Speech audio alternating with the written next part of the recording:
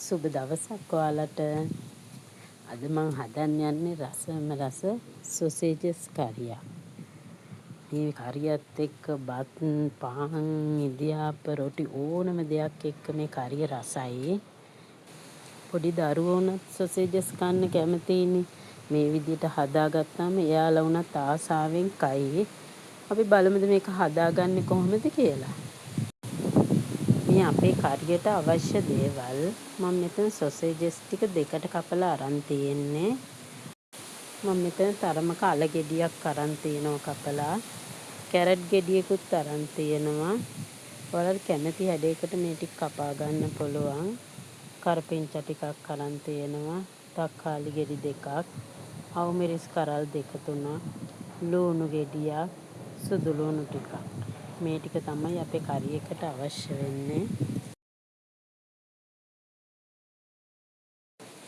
ඇතිලියක් ලිපේ තියලා ඒක රත් වුණාට පස්සේ මම ඒකට දාගන්නවා පොල් තෙල් ටිකක්.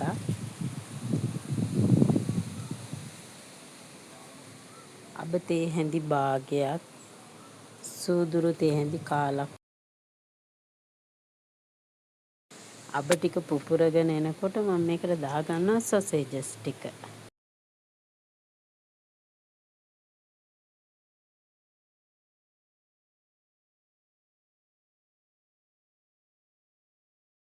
මේ සොසේජස් ටිකත් මම හොඳට රන්වන් පාට වෙනකම් බැද ගන්නවා.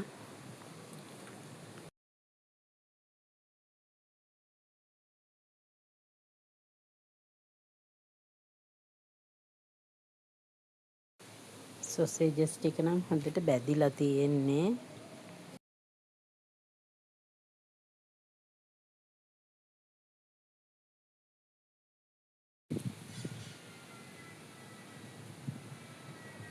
මම දාගන්නවා සුදු ලුණු ටික මේකට.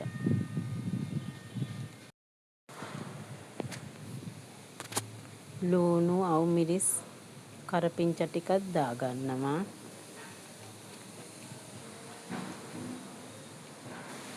ඒ ටික දාලා විනාඩියක් විතර මම මේ ටික ටෙම්පරාදු කරගන්නවා.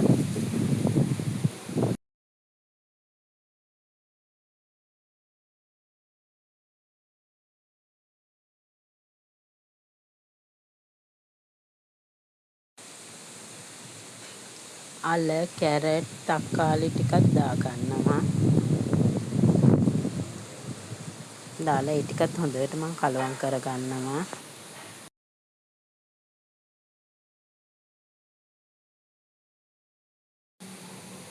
දැන් මේකට දාගන්න ඕනේ කහකුඩු තේ හැඳි භාගයක්, මිරිස් කුඩු තේ හැන්දක්, බැදපු තුනපහ කුඩු තේ හැන්දක්, ගම්මිරිස් කුඩු තේ හැඳි භාගයක්, කුරුඳු පොතු කෑල්ලක්, උළුහල් තේ හැඳි භාගයක්, රස අනුව ලුණු කුඩු ටිකක්.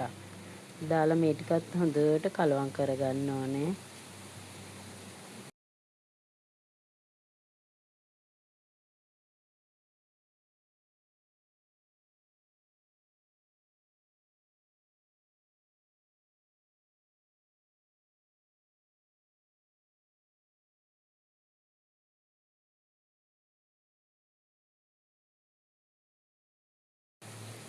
මම මේක විනාඩි 2ක් විතර වහලා තියෙනවා. මේ විනාඩි 2කට පස්සේ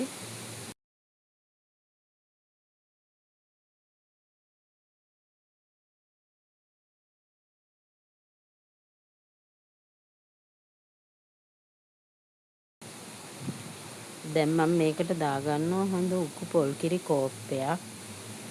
ඔයගොල්ලන්ට ඇති තරම් කිරි දාගන්න. මම මේක හදන්නේ හොදි තියලා. මම මේ හොද්ද හදාගන්නේ ඉදියාප්ප කන්න.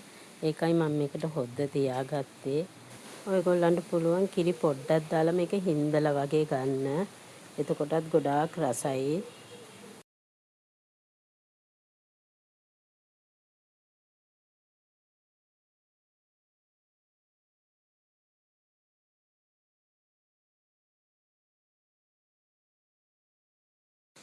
මේ වෙලාවේ රස බලලා ලුණු එහෙම මදි නම් දාගන්න ඕනේ.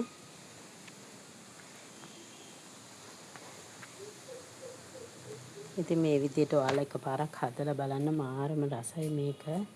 ඉතින් මේ වීඩියෝ එක ඔයාලා බැලුවා නම් හොඳයි කියලා හිතෙනවා නම් මට ලයික් එකක් දාලා මාව සබ්ස්ක්‍රයිබ් කරලා මගේ channel එකත් එක්ක එකතු වෙන්න කියලා මම ආදරෙන් ඔයාලගෙන් ඉල්ලනවා. එහෙනම් අපි ඊළඟ වීඩියෝ එකෙන් හම්බ වෙමු. එතකන් ඔයාලා හැමෝම පරිස්සමෙන් ඉන්න.